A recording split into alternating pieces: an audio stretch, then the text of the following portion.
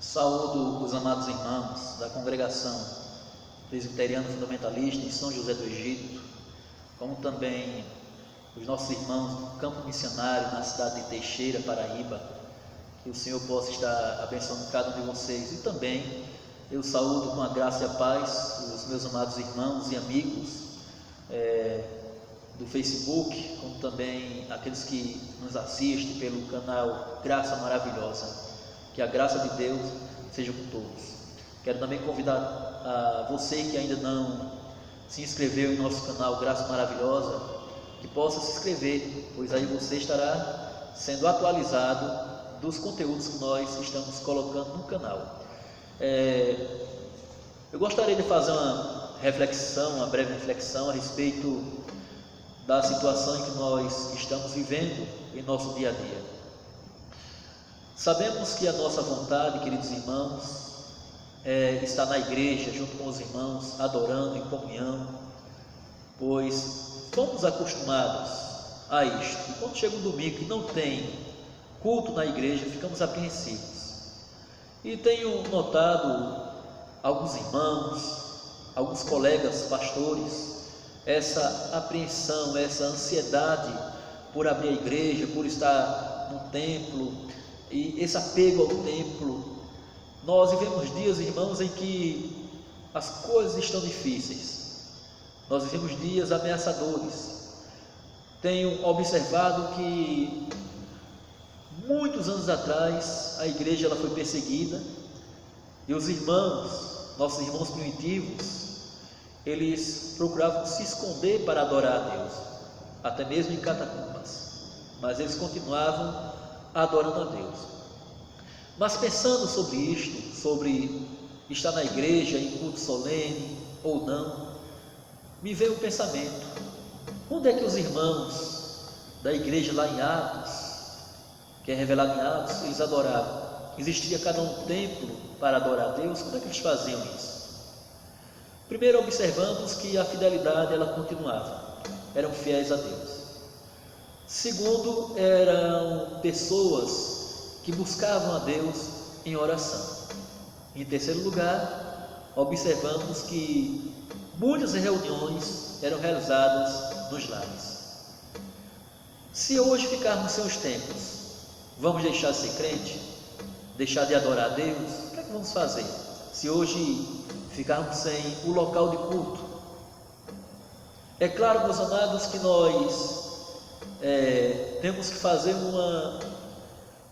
uma contextualização da situação que nós vivemos. A palavra de Deus nos diz no Evangelho de João, no capítulo 4, versículo 19 ao 20, diz assim: Senhor, disse-lhe a mulher, vejo que tu és profeta. Nossos pais adoraram neste monte, vós entretanto dizeis que em Jerusalém é o lugar onde se deve adorar. Disse-lhe Jesus: mulher, podes crer que a hora vem, quando nem neste monte, nem em Jerusalém, adorareis o Pai.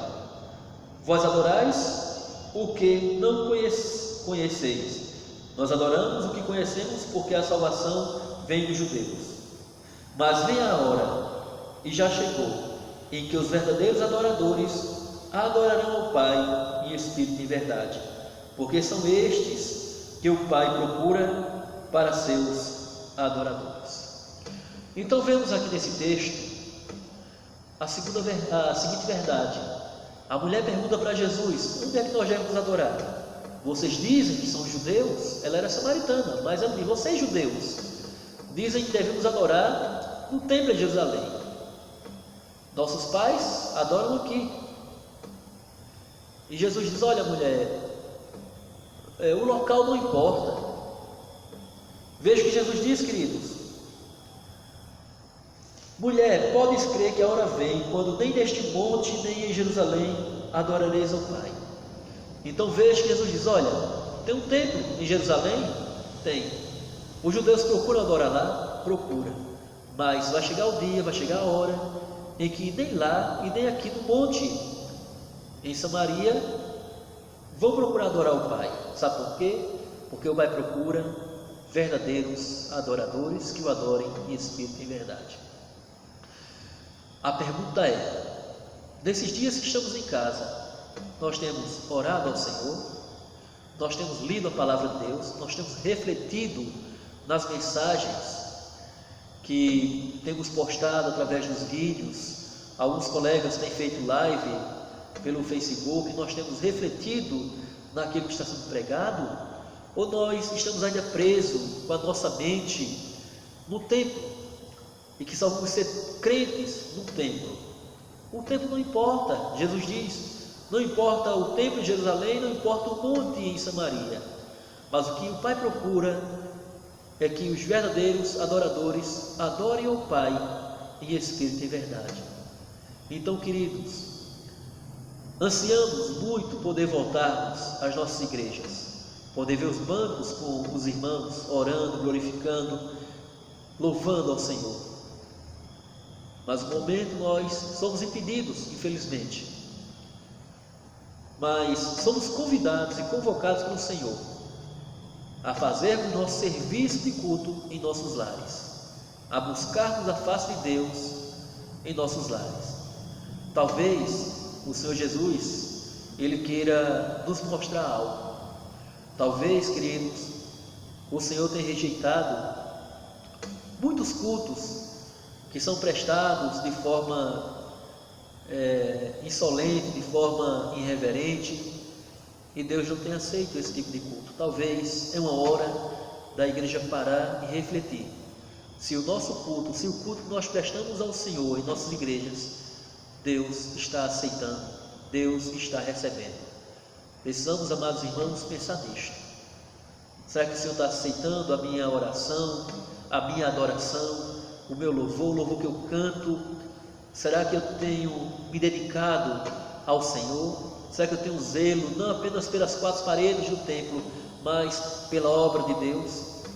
Então precisamos ver que possivelmente a situação que nós vivemos seja Deus utilizando a sua didática, a sua pedagogia para nos ensinar algo. Precisamos atentar para isto, irmãos. Que Deus, pois, assim esteja a abençoar. E oremos para que em breve nossas igrejas voltem com força, voltem com vigor, com vontade, com coragem de fazer a obra de Deus. Almas precisam ser evangelizadas e a igreja ela tem que fazer o seu papel.